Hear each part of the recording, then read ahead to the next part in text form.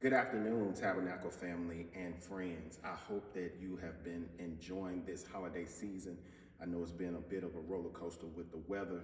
However, as weather changes, people change, things around us may change, but our God never changes. Listen, I said on Sunday I wanted to come to you with this brief message. And as we are on the brink of leaving 2025 and entering into 2026, I want to piggyback on Sunday's message, add a little bit to it that could not get into on Sunday morning, and hopefully cause us all to do some pondering, processing, and praying as we are entering into the new year tonight. Key verse I want to draw back in on is Deuteronomy chapter 1, verse 6. I pray that you would go back the remainder of this week, read that verse, ponder that verse, because it talks about being somewhere long enough. It highlights the idea that we can stay in a place too long. And so God gives an exit strategy, an entrance strategy, but it causes us to have to do one thing, and that's exercise our salvation, meaning trusting the one who has saved us to move forward. So he says, exit, it's time to go. I want you to think about over these next couple of days before we all come together and celebrate and worship the first Sunday of the year of 2026. I want you to think about what is it that God is calling me to exit in 2025, meaning to leave it and don't go back. Don't pick it up. Don't second guess. Don't think, ooh, maybe I should. Whatever person, whatever place, whatever relationship, some stuff you need to exit. And when you exit, you need to leave it. It's kind of like when you get off a road on a highway. When you take the exit ramp, you can't go back down that ramp to get on the highway. You got to go another way. I'm suggesting that from that text that God is saying, I want to see you exit some things that you don't need to go back into. And then there's this entrance piece. Verse 7 of Deuteronomy chapter 1.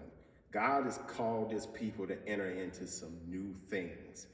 They're new in the sense we haven't been into them, but they're not new in the sense that they've been around us all the time. The nation of Israel had been around their promise all the time. The promise was in proximity, but they weren't prepared. And I believe God is using this time and in this season to prepare many of us for what's in proximity and already around us that God has already promised. But it has boundaries. Blessings have boundaries. So I want you to think about where could God be calling me to? What things are around what he's calling me to? Who do I need to leave alone so I can get to where he's calling me to? What mindset do I need to drop? Because a lot of this for Israel that locked them out for 40 years was in their minds. They said in their minds that it was too much in the land, the giants were too big, that there's no way that God could be giving them that. Only two men, Caleb and Joshua, saw it as an opportunity for God to show that he's an overcomer through his people. And so I want you to really think about, as you get ready to enter into what God has for you in 2026 and beyond, what mindsets need to shift? What things do you continue to do just because you do them or because you were raised to do them, but they really don't produce fruit? Or systems that you have adopted, belief systems that maybe just aren't belief systems, they are bondage systems. They are ways of you locking yourself out of what God wants you to enter into. You're saying stuff like, well, this is who I am, and this is what I always do, and this is how I always think.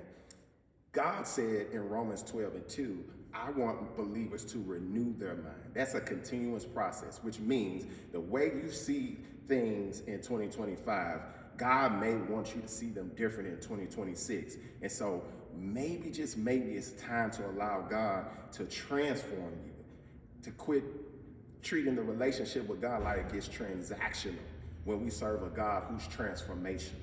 And so what mindset do you need to drop? What things do you need to shift in your thought process?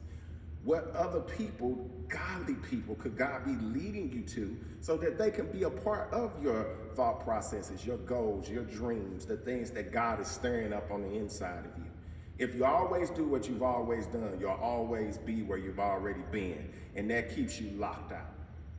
What God doesn't want is for us to walk into the new season, to enter a new season with Egypt in us. He wants to remove the bondage that holds us back from receiving everything he's blessed us with. But all of that takes one thing, for us to exercise our faith. So as we stand on the cuff of entering into 2026, I want us all to ask ourselves, what areas am I afraid of? Because change is hard, and part of what holds us up in change is going into something new, something unfamiliar, which requires us to exercise faith, to take that first step forward and say, God, you know what? I don't know all the details. I don't have a solid plan, but I sense your calling and you leading me to this. And so I'm going to do it day by day, step by step, moment by moment, breath by breath with you, God. I'm going to pray my way through this, because as I pray my way through this, you'll lead me to where you would have me to be. And so I want us to all think about, where do I need to exercise my faith? Where is God stretching me in my faith? Where is God challenging me in my faith? Is it to be a little bit nicer? Is it to be a little bit kinder? Is it to think about, maybe I need to parent different, or grandparent different, or treat family members different, co-workers different, whatever it is?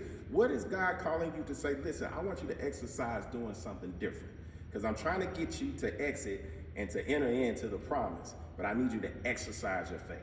So listen, I can't wait to see you Sunday, but I hope this message resonates with you as you head into the new year. I believe the best is still yet to come for God's house, meaning God's global church. And I believe there's some things that God has in store for the tabernacle in 2026 that he really wants to blow our minds. But I think it takes us to be willing to move. It's time to move from certain ways, certain things, certain thoughts, and move into what God has for us. So take care, enjoy your New Year's Eve, be safe if you're going out tonight, and see you Sunday morning at 10:30 a.m.